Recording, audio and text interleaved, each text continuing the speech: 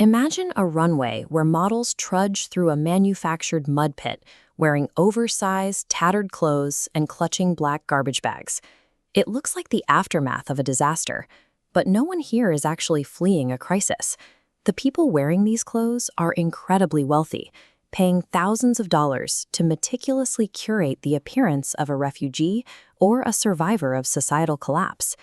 At the exact same time, we see billionaires like Elon Musk stepping into government roles to lead initiatives like the Department of Government Efficiency, actively dismantling the very safety nets that keep everyday people from falling into actual poverty.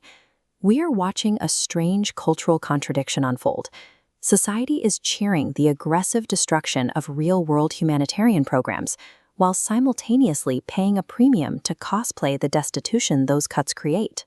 This intersection of high-fashion subversion and high-stakes policy reveals a detached elite that views chaos not as a threat, but as a commodity. In both worlds, the aesthetics of suffering are being transformed into luxury goods. Take a look at the Paris sneaker. It is deliberately slashed, stained with fake dirt, visibly falling apart, and priced at $1,290. It takes the visual markers of extreme desperation, the wear and tear you see in homelessness or war zones, and packages them for corporate profit. Wearing these shoes sends a specific signal to everyone else in the room. It tells them you are highly aware of late-stage capitalism's decay, but you are wealthy enough to treat that decay like a clever inside joke. Fashion successfully commodified hopelessness. It proved that for the modern elite, the ability to perform total detachment from reality is the highest form of cultural capital. That desire to deconstruct institutions purely for the spectacle didn't stay on the runway. It migrated directly into federal policy. Look at this organizational map. The Department of Government Efficiency applied the Silicon Valley ethos of move fast and break things to the federal government.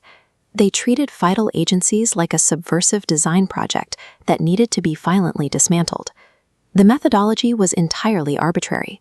They fed massive federal budgets into AI models, searched for trigger words like climate, and indiscriminately zeroed out programs, entirely ignoring what they actually did. Here is the immediate fallout. Operations at USAID, the agency responsible for distributing life-saving international relief, were slashed. Global supply chains to vulnerable regions were severed virtually overnight. We are talking about the deliberate defunding of specific life-saving initiatives. Clinics overseas that relied on American grants to administer global AIDS treatment and Ebola prevention were suddenly left with nothing.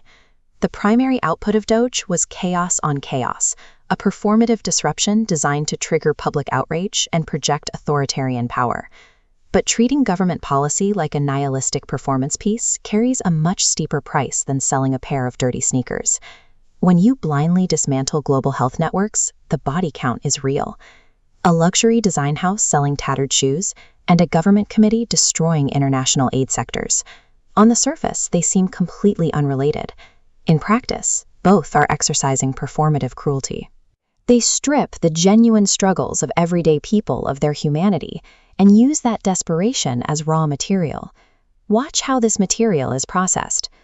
Actual human suffering is either mined as edgy inspiration for a fashion mood board, or it's reduced to a disposable line item on a budget spreadsheet. When nihilism and total detachment are elevated to status symbols for the powerful, the most vulnerable populations are the ones forced to absorb the impact. This brand of disruption functions as a dangerous game for the insulated wealthy, trading on a level of human risk that neither tech innovation nor high art ever demands. The ultimate tragedy of this ideological pipeline is that the architects are immune to their own designs. They can engineer the aesthetic of a collapsed society and even enact the policies that bring it about, knowing they will never actually have to live in the wreckage.